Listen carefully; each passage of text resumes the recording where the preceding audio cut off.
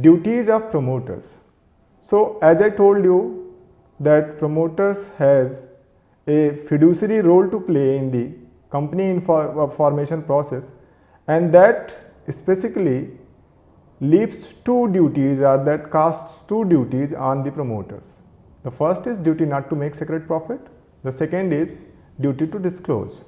So duty not to make secret profit basically is casted upon the promoters, because the promotion may be a sentimental attachment or may be a matter of sentiment, and promotion may be also misused. And we have seen so many cases where the corporate veil have been abused. So where the corporate veil is being abused by fraudulent people in order to wash off the properties, or in order to dump their unproductive properties, be it tangible or intangible, in the companies, then they can make secret profit. And where they are making secret profit without disclosing, then they will be bound to return it, bound to restore it with the company.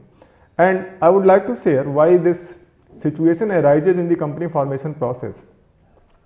Because in company formation process, the promoters are in the positions who are knowing everything about formation, and they also know what objectives they want to achieve by making that company, and this gives a very better understanding about the position, actual positions, and the informations regarding the pricings of the things, and there they can make an attempt to dump their third rated products with the company on a very high price.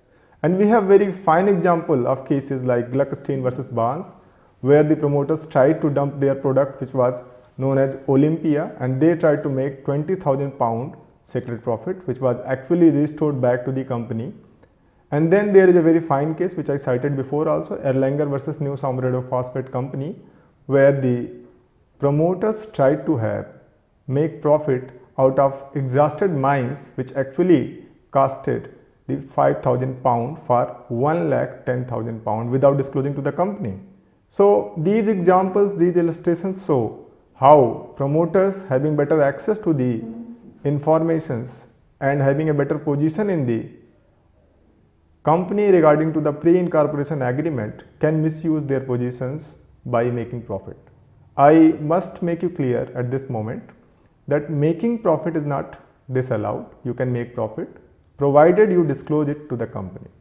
Then the second duty out of the fiduciary capacity of the promoters, that is duty to disclose interest in the transaction.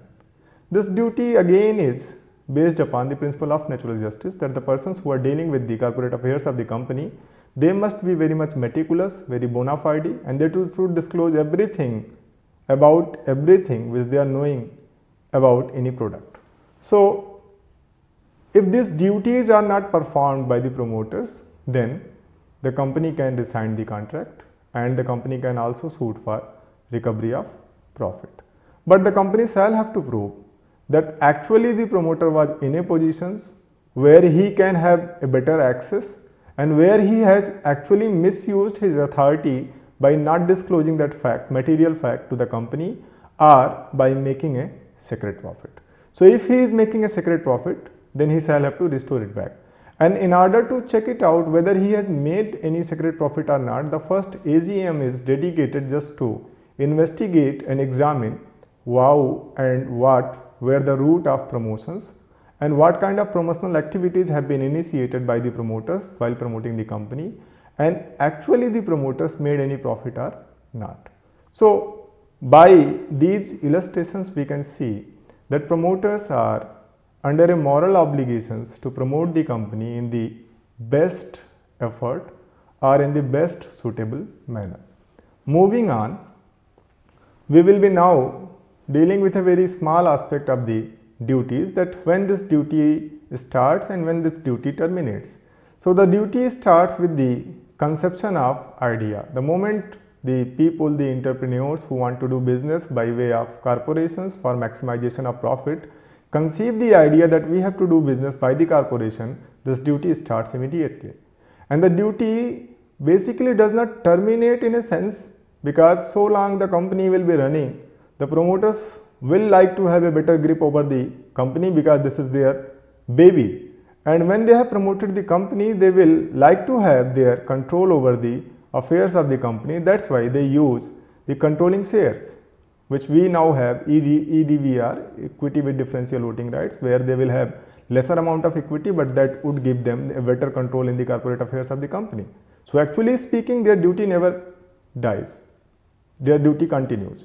But so far so duty regarding the promoter's liability is concerned, then the promoter's duty terminates at the moment when the first directors are appointed.